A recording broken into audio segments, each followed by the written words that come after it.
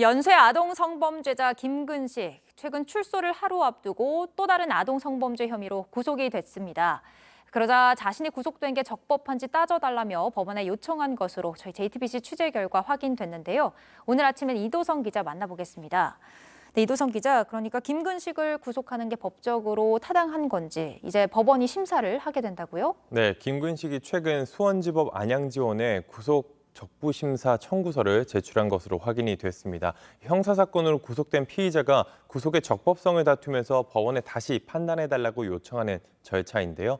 이 법적으로 보장된 권리입니다. 그래서 법원이 오늘 오후 김근식에 대한 구속적부심 청구를 심사합니다.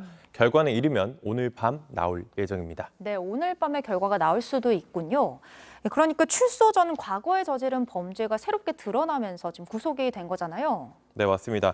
지난 2006년 13세 미만 미성년자였던 피해자가 2년 전에 경찰에 피해를 신고하면서 수사가 시작됐습니다. 피해자는 당시 언론 보도로 김근식의 연쇄 성범죄 사실을 접하고 나서야 과거 자신에게 범죄를 저지른 사람이 김근식이라는 걸 깨닫게 됐다고 합니다. 예. 경찰이 지난해 7월 사건을 검찰에 송치했고 검찰은 증거 등을 분석해 지난 15일 구속영장을 청구했습니다. 그리고 영장을 발부받아 출소를 하루 앞둔 지난 16일 김근식을 다시 구속했는데요. 앞서 김근식은 지난 2006년 수도권 일대에서 미성년자 11명을 성폭행한 혐의 등으로 15년 동안 복역해왔습니다. 지난 17일 안양교도소에서 출소해 의정부 소재 시설로 지낼 예정이었습니다. 네, 이 문제에 대해선 지금 구속적부심 심사를 해야 되는 상황이지만 김근식한테 성범죄를 당했다는 피해자가 또 나왔어요. 네, 그제 인천에서 이제 경찰에 전화가 걸려왔습니다. 네. 또 다른 피해가 신고가 된 건데 이 김근식이 출소를 앞두고 다시 구속됐다는 보도를 접한 피해자가 경찰에 연락을 했습니다. 과거 초등학생 시절 김근식으로 추정되는 사람에게 성추행을 당했다며 신고 절차를 문의했다고 하는데요.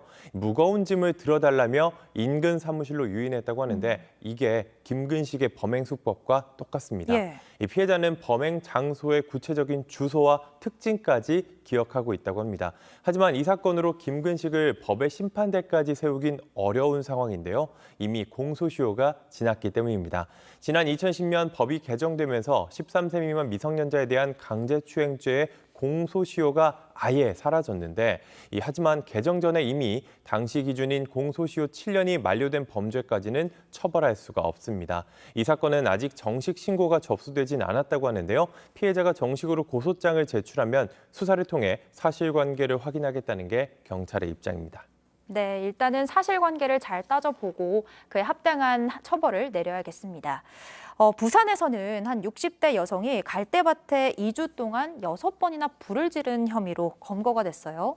네. 최근에 낙동강변에서 연이어서 불이 나니까 경찰은 연쇄 방화 사건으로 판단을 했습니다. 그리고 잠복 수사에 들어갔는데요. 그제 갈대밭에 불을 붙이려던 60대 여성을 붙잡았습니다. 검거 당시 영상 먼저 보시죠. 네. 아줌마, 여기 오세요. 네? 여기 있어. 아줌마.